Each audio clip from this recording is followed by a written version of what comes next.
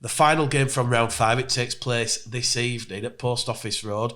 Bradford looking for their first win against Featherstone at Post Office Road in 8 years. Their last win there was in 2015, the year they first tasted life outside the Super League. Since then, I'm being honest now as a broadcaster, a commentator, I am sick to death of going to Post Office Road and calling heavy Bradford loss after heavy Bradford loss. I'm going there tonight, high optimism on the back of what happened against Toulouse on Saturday. Listen, it is a formidable task, a formidable challenge.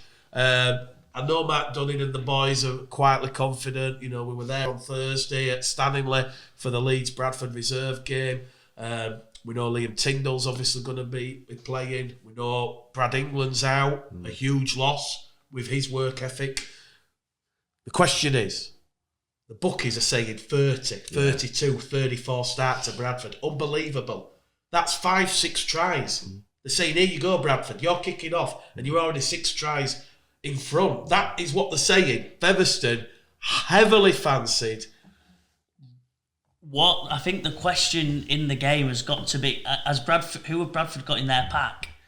Have they got Michael? Have they got Badine, Michael Lawrence, Kevin? Have they got the full pack healthy? Yes, apart from Brad England. Apart from Bad England, so that's Eben Skur's not featuring, of course, because this is his final game he misses due to his ban.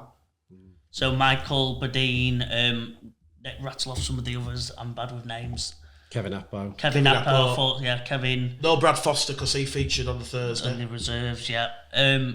You've got to say they've got a chance because I think the way Fev are attacking everyone is straight down that middle. Exactly. And they are sadly destroying everyone straight down that middle. Well, I think this is the best test of the Bradford pack, this new Super League I don't know the best way to put it, but...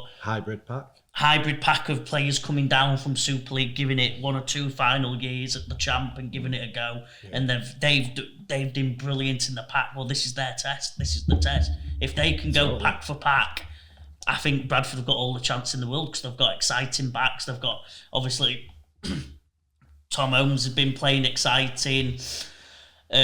Even Dexit, Deck Patton, I've been really impressed. Jordan, they've all been playing.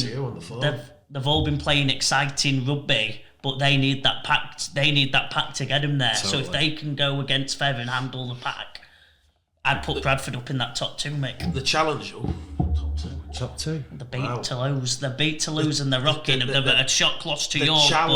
The challenge for Mark Dunning, and this is a question for you, Jimmy, is how does he replicate what worked so well against Toulouse? Because Mark Campbell, the Featherstone owner, Sean Long, the head coach, they were there at odds, so they saw that, and I think their worry, and this is probably why there's been this Featherstone rallying cry that's reverberated round. And I got an email from Featherstone last night. They're expecting a record attendance. They've dropped the prices to 15 quid. Brilliant. So they're expecting a record attendance tonight. Listen, it's going to be very partisan.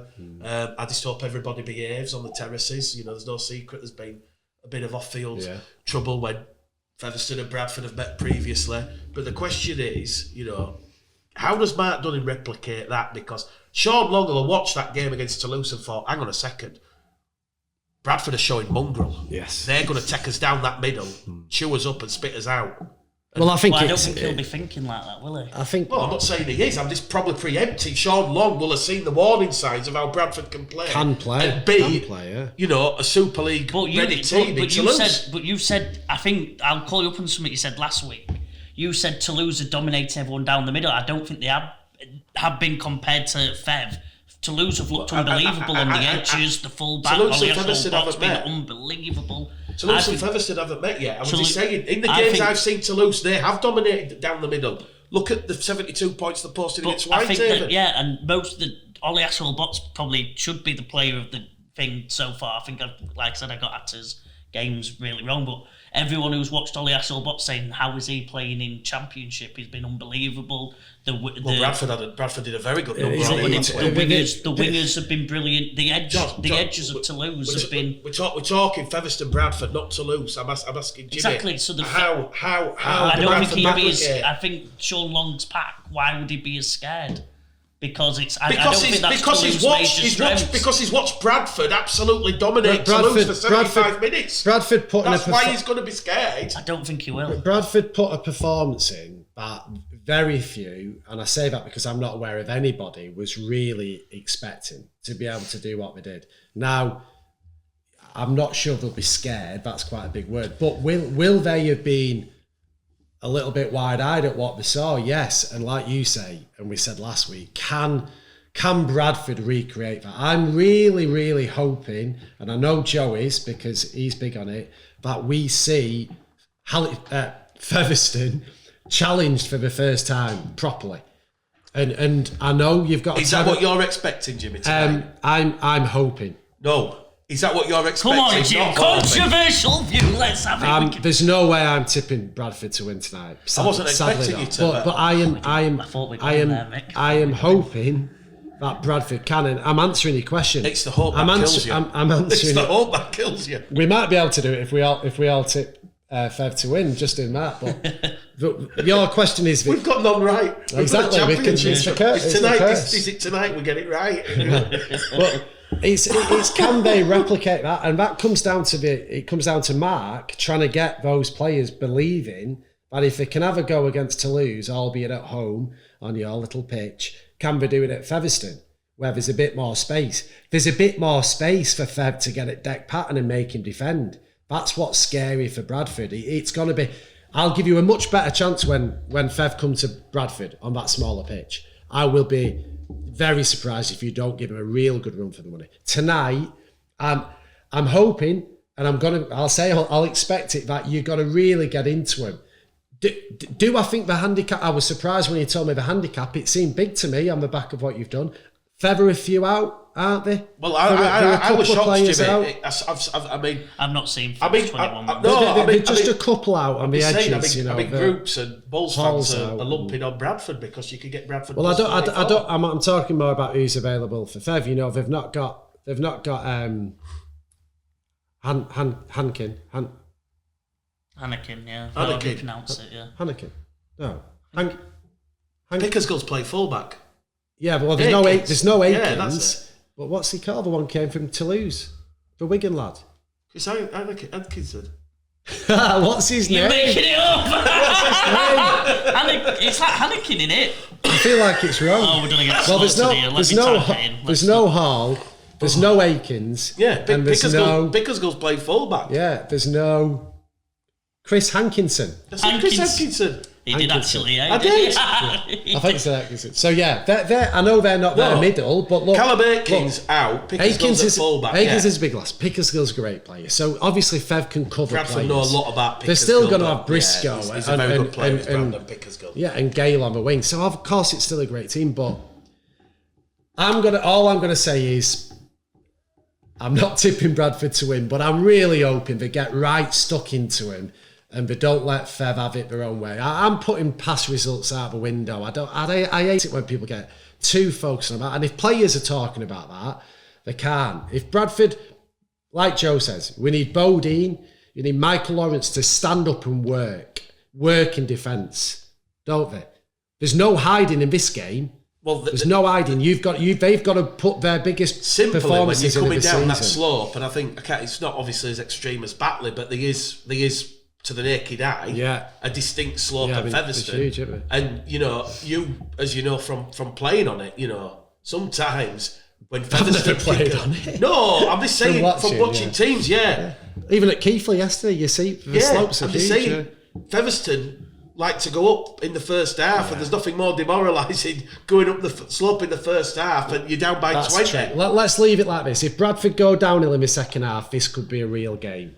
If Bradford are going uphill in the second half, Fev might win by 20 odd points for me. So I just think if you're watching it, if you see Fev get on top of them Bradford props in the first 15 minutes, you're in for a long night. If Bradford match them up and it's a fairly even arm wrestle, you've probably got a good chance, because what Bradford can do is, against what Bradford under JK is, they can play some fast width to width to width, that's the wrong word again, side to side rugby, which is explosive, which is fast paced, and which is great to watch. But if they're struggling down the middle, Mick, you're in for a long Like night. you said, Jimmy, the pitch will actually benefit Bradford because there's no one better than Tom Holmes on that second phase, floating it out to Kieran Gill, to Tyndall, or on the other side to Blackmore. So, What you think this bigger pitch favours will benefit Bradford? Ah, right. I think the opposite. Yeah, I'm with Mick. I think you're very restricted what you can do at odds. Yeah, in attack, but I'm not worried about your attack. I'm worried about them running. Oh yeah, ultimately it's going to come down. It's going to come down to isolate on the line, literally 80 minutes. Yeah, you have to give 100%. You can't be giving 86, 89. But this is it for me. 100%. You've made some big signings in Apo and Lawrence and Bodine. When Apo comes off that bench, you watch. If they want to earn their coin and they want to do it, tonight's for night. They need big performances. You can't have Lawrence standing on edge not getting involved. It's got to be all in. Like they've shown against Toulouse, they can do it. But a really difficult task for a team to back up a performance like they did against Toulouse. But if they do, and they get that hill in the second half, let's hope they can keep it to a close game. Featherstone or Bradford tonight? Featherstone by 18. Featherstone or Bradford? Featherstone by. I'll go close. Featherstone by 8. Come on, Mick. Come on, let's have some hope for your mighty team. We need all three to put the curse on, Mick. I'm helping This you is out. You're not helping me out. I'm asking your honest opinion. Are you saying Featherstone by 8? Your honest opinion. Well, you both. The bookies are probably looking. Oh, hang on a second. We've got this way wrong. Well, it wouldn't surprise me if it's 30 odd if Bradford don't. That's the thing, isn't it? But are you gonna now back your team, or are you gonna put the curse on it? Because so far we've done 3 out of 3 twice and we've got it wrong. No, we've done 4 out of 4 and got it wrong. No. I think we've done it twice where all 3 of us have said the same thing and got it and put the curse on. So this is the show me the money Rugby League TV curse. If I say Featherstone, that means Bradford win tonight. Come on, Mick, you've got to. Featherstone will win by 100. Joking aside, I just think it'll be. Bradford have had the extra day off. Players returning. Tyndall. I've got to be honest, I'm really excited for tonight because at the same time, it is quite scary and daunting because you can look at it 2 ways or 3 ways, but Bradford go there, perform, and that's all I want to see. I just want to see a continuation. Yeah. And I'm sure Mark will be the same, a continuation of what happened last week against Toulouse. The doomsday scenario is, and we know Featherstone can do this, Featherstone can be pumped up. Matt Campbell's put the rallying call out, record crowd there tonight, everybody in blue and white. Very few Bradford fans travel for this fixture because of stuff I mentioned previously. They could run riot, and all of a sudden all that goodwill and positivity is evaporating. If you're mentioning the betting, you do live betting. I think watch the first 5 minutes. I'll be brutally honest. See what happens with the packs, and then the book is giving Bradford a 30, 32, 34 start. I don't see that as this type of game this evening. I probably see it more akin probably to the Halifax game where they probably will win by 18 to 20, probably 3 or 4 tries, and that's what I'm going to stick with. Yeah. But Featherstone. Right, there we go. That is the championship done and dusted. Featherstone against Bradford tonight. It's on the radio, it's on television. Watch and listen.